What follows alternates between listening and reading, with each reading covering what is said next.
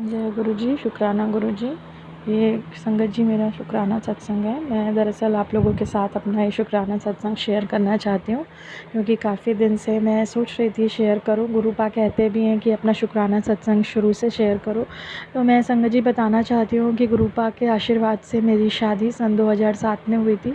But मेरी शादी जिस परिवार में हुई थी वो लव प्लस अरेंज थी। मतलब मेरी शादी तो जिस परिवार में हुई थी वो लोग काफ़ी ऑर्थोडॉक्स थे।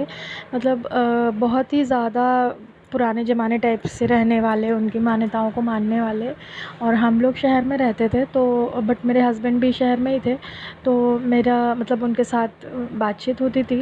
तो मैंने सोचा कि पापा को राज़ी कर लेते हैं किसी तरह से। तो मैंने पापा से बोला, तो पापा बोले बेटा तुम इनके साथ निभा पाओगी, क्योंकि वो लोग तो बहुत ही ज़्यादा गाँव के जैसे दिख रहे थे। मैंने कहा हाँ पापा मैं कर लूँगी। लेकिन वो संगत जी बताऊँ मैं कि वो लोग मतलब कुछ तंत्र मंत्र में भी विश्वास रखते थे, क्योंकि गाँव के लोग होते ही ऐसे हैं। और वो उनको तो ये चाहिए था कि मुझे कोई नहलाए धुलाए, कपड़े पहनाए, इस टाइप की मेरी सासू माँ थी। और मेरी नंद अपने मायके में ही ज़िंदगी से रहती हैं, तो वो चाहती थी कि सारा पैसा मेरी माँ और मेरे भाई भी मेरे ऊपर खर्च करें, जबकि भाई की आमदनी नहीं थी। और मैं शुरुआत में गई तो उन्होंने मुझसे चाहा कि मैं जो कमाऊँ मैं भी वो इन लोगों को दे दूँ।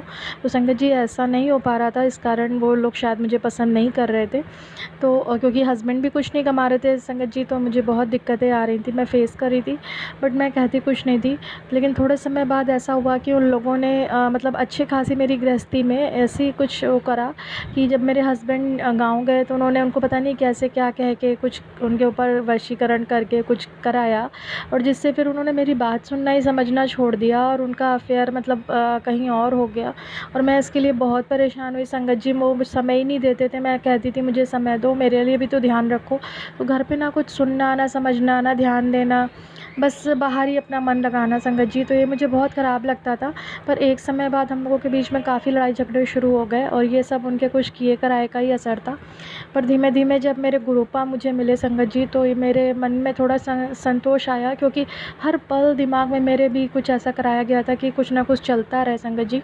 और मैंने कई एस्ट्रोलॉजर्स या फिर टैरो कार्ड रीडर से भी पूछा, तो उन्होंने कहा भी, मतलब कई ने कहा कि आपके ग्रह ख़राब है, किसी ने कुछ बताया, किसी ने कहा कि आपके भाग्य में शायद ज़्यादा सुख नहीं है, ऐसा वो। लेकिन मेरे गुरुपा भी बस एक मेरे साथ है, जिन्होंने कहा कि मैं तेरे किस्मत में वो भी लिख दूँगा जो तेरी किस्मत में नहीं है। और सच में संगत जी मुझे हर पल जवाब देते थे, मेरी बात सुनते थे वो। अभी 2-3 दिन पहले की ही बात है कि ऐसा हम लोगों के बीच में फिर से कुछ अनबन हुई, तो मैंने गुरुपा से अरदास करी।